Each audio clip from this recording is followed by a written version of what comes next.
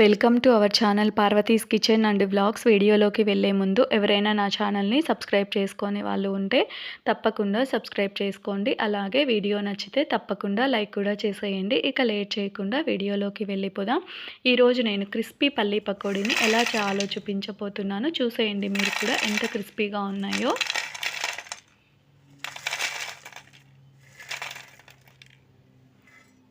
చూసారు కదా ఎంత క్రిస్పీగా వచ్చాయో. ఇవి టేస్ట్ కూడా చాలా బాగుంటాయన్నమాట. తప్పకుండా ట్రై చేసేయండి. ఎప్పుడైనా ఇలా కార్లో లాంగ్ జర్నీకి వెళ్ళినప్పుడు, ట్రైన్లో అలా వెళ్ళేటప్పుడు, అలాగే పిల్లలకి పెద్దలకి స్నాక్స్ బాక్సులకి, స్కూళ్ళకి ఆఫీసులకి స్నాక్స్ బాక్సుల్లో పెట్టేకి, ఈవినింగ్ టైంలో స్నాక్స్లా తినేకి చాలా బాగుంటాయి అన్నమాట. బెస్ట్ టైంపాస్ స్నాక్ రెసిపీ అన్నమాట ఈ పల్లీ పకోడీ. మీరు కూడా అయితే తప్పకుండా ట్రై చేసేయండి. ఇక లేట్ చేయకుండా ఈ టేస్టీ పల్లీ పకోడీని ఎలా చేయాలో చూసేద్దాం. ముందుగా ఒక గిన్నె తీసేసుకోవాలి. అందులోకి 1 కప్పు వరకు వేరుశనగ గింజలు, పల్లీలు అన్నమాట. పల్లీలు 1 కప్పు పల్లీలు తీసేసుకోండి.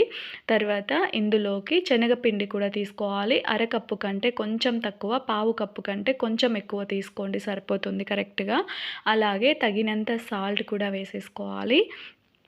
కారం కూడా మీ కారంకి తగ్గట్టు కారపొడి వేసేసుకోండి, మీరు తీసుకున్న పల్లీలను బట్టి. ఒక అర స్పూన్ వరకు ధనియాల పొడి, అర స్పూన్ కంటే కొంచెం తక్కువ వేయించిన జీలకర్ర పొడి. ఇందాక చెప్పాను కదా బియ్యపిండి, ఇందాక మీకు పల్లీలు కొలిచి చూపించాను కదా, ఆ కప్పుతో అయితే బియ్యపిండిని ఒక పావు కప్పు వరకు తీసేసుకోండి, సరిపోతుంది, కరెక్ట్గా సరిపోతుంది అనమాట. నేను ఈ కప్పుతో చూపించాను. మీరైతే సేమ్ అదే కప్పుతోనే ఒక పావు కప్పు తీసేసుకోండి. ఒకసారి ఇలా బాగా కలుపుకోవాలి. మరొకసారి కొలత చెప్పేస్తాను చూడండి. పల్లీలు 1 కప్పు తీసుకుంటే అరకప్పు కంటే కొంచెం తక్కువ, పావు కప్పు కంటే కొంచెం ఎక్కువ శనగపిండి, ఒక పావు కప్పు బియ్యపిండి అనమాట. కరెక్ట్గా వస్తుంది పకోడీ. తర్వాత కొంచెం పసుపు కూడా వేసేసుకోవాలి. పసుపు వేసేసుకొని ఒకసారి మరొకసారి కలిపేసుకోండి. తర్వాత ఇందులోకి వాటర్ని కూడా, నీళ్ళని కూడా కొంచెం కొంచెంగా వేసుకుంటూ కలుపుకోవాలి. ఒకేసారి వేయకుండా ఇలా కొంచెం కొంచెంగా వేసుకోండి. ఒకేసారి వేసేస్తే ఒకేసారి పడిపోయాయంటే మనకి పకోడీ కొంచెం లూజ్గా అయితే సరిగ్గా రాదు కదా, దానికోసం కొంచెం కొంచెంగా వేసుకుంటూ పకోడీని కలుపుకోవాలి. ఫస్ట్ నేను కొంచెం వాటర్ వేసి కలిపాను, తర్వాత మరికొన్ని ఇలా వేసుకుంటూ కలుపుకుంటున్నాను అంతే. చూసారు కదా, ఇలా కొంచెమే వాటర్ పడతాయి అన్నమాట. ఇక్కడ తక్కువ పల్లీలే తీసుకున్నాను కాబట్టి వాటర్ కూడా కొంచెమే సరిపోతుంది. ఏ పకోడీ చేసేటప్పుడైనా మనము కలపడంలోనే ఉంటుందన్నమాట. ఎంత కరెక్ట్గా కలుపుకుంటే పకోడీ కూడా అంత పర్ఫెక్ట్గా వస్తుంది.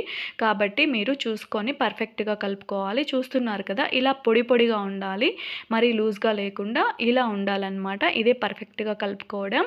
తర్వాత స్టవ్ వెలిగించేసి ఆయిల్ కూడా హీట్ అయిపోయింది, ఆయిల్ పెట్టేశాను.